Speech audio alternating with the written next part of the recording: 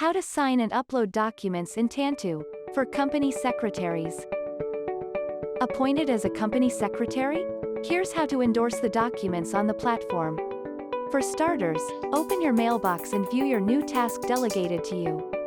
In the email, click on the link which will take you to Tantoo. Sign in with your email and password.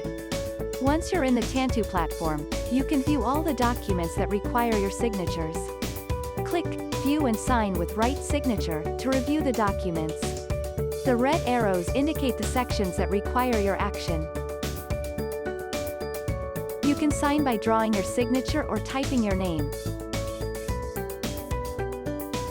And click Submit after you've completed all the fields.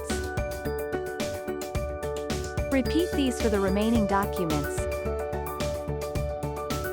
And once all the forms are completed, proceed to click Complete Task. And that's how you sign documents in Tantoo as a company secretary.